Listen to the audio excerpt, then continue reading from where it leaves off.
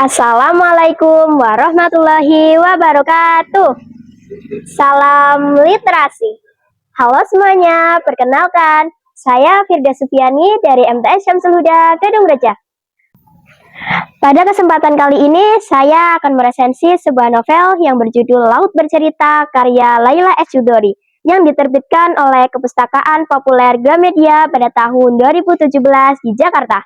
Mendobrak pintu reformasi, terbungkamnya suara rakyat, dan kenangan yang tak pernah hilang. Apakah kalian penasaran dengan sisi lain dari sebuah peristiwa sejarah? Dan bagaimana gejolak situasi sosial saat sejarah itu terjadi? Inilah yang akan dibahas pada novel Laut Bercerita. Dalam novel ini terdapat dua sudut pandang.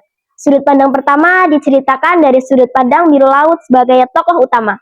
Di sini diceritakan bahwa Biru Laut ialah seorang aktivis mahasiswa yang bergabung pada organisasi Winatra. Organisasi Winatra ialah organisasi yang berisi sekumpulan mahasiswa yang membahas isu-isu sosial politik, karya-karya yang dilarang penerbitannya, membela kaum tertindas seperti petani, serta memperjuangkan demokrasi.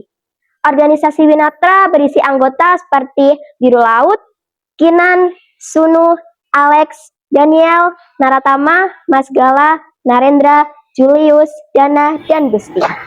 Organisasi Winatra ialah organisasi yang dianggap ingin menggulingkan presiden pada saat itu. Oleh sebab itu, Biru Laut selalu dalam pengawasan para intel yang membuat hidupnya harus berpindah-pindah dan banyak memiliki nama samaran. Biru Laut tertangkap saat dirinya sedang bersembunyi di rumah susun Klender. Dari penangkapan itulah Biru Laut mendapatkan berbagai siksaan, mulai dari dipukul, ditinju, bahkan sampai disetrum. Penasaran dengan kelanjutan kisah Biru Laut yang selamat dari siksaan atau tidak? Jangan lupa baca novelnya ya. Sudut pandang kedua diceritakan dari sudut pandang Asmara Jati, adik Biru Laut. Di sini Asmara Jati sedih karena sudah 2 tahun kakaknya tidak kunjung pulang dan tidak ada kabar apapun. Akhirnya ia bergabung pada organisasi Komisi Orang Hilang untuk mencari tahu keberadaan kakaknya, beserta keluarga dari teman-teman Biru Laut yang juga hilang tak ada kabar. Sampai suatu hari ia mendapati bahwa ada beberapa teman Biru Laut yang kembali. Ia berusaha menggali informasi dari teman-teman Biru Laut yang kembali. Berbagai usaha ia lakukan untuk mencari tahu keberadaan kakaknya. Penasaran dengan kelanjutan kisah Asmara Jati yang berhasil menemukan Biru Laut atau tidak? Temukan jawabannya di novel Laut Bercerita. Dalam novel ini, penulis berhasil menggambarkan tokoh-tokoh dalam cerita, sehingga pembaca menjadi lebih mudah memahami karakter atau sifat tokoh dalam cerita.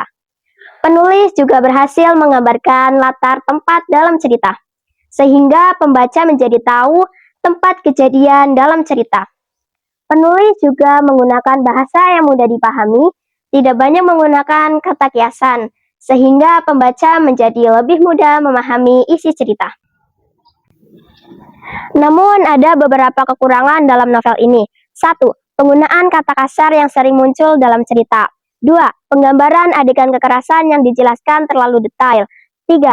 Penggunaan alur maju dan mundur sehingga membuat pembaca menjadi sedikit sulit memahami isi cerita, sehingga butuh konsentrasi lebih untuk membaca novel ini. Novel ini banyak menambah wawasan sejarah reformasi 1998. Novel ini sangat layak dibaca karena tidak hanya menyajikan cerita, namun juga nilai kemanusiaan dan keberanian untuk melawan ketidakadilan. Novel ini cocok dibaca untuk anak yang berusia 17 tahun ke atas. Sebenarnya boleh jika ada anak berusia di bawah 17 tahun ingin membaca novel ini. Tapi ingat ya, perlu ada pendampingan dari guru atau orang tua. Demikian video resensi dari saya dari novel yang berjudul Laut Bercerita. Atas perhatian teman-teman semua, saya ucapkan terima kasih. Wassalamualaikum warahmatullahi wabarakatuh. Salam literasi.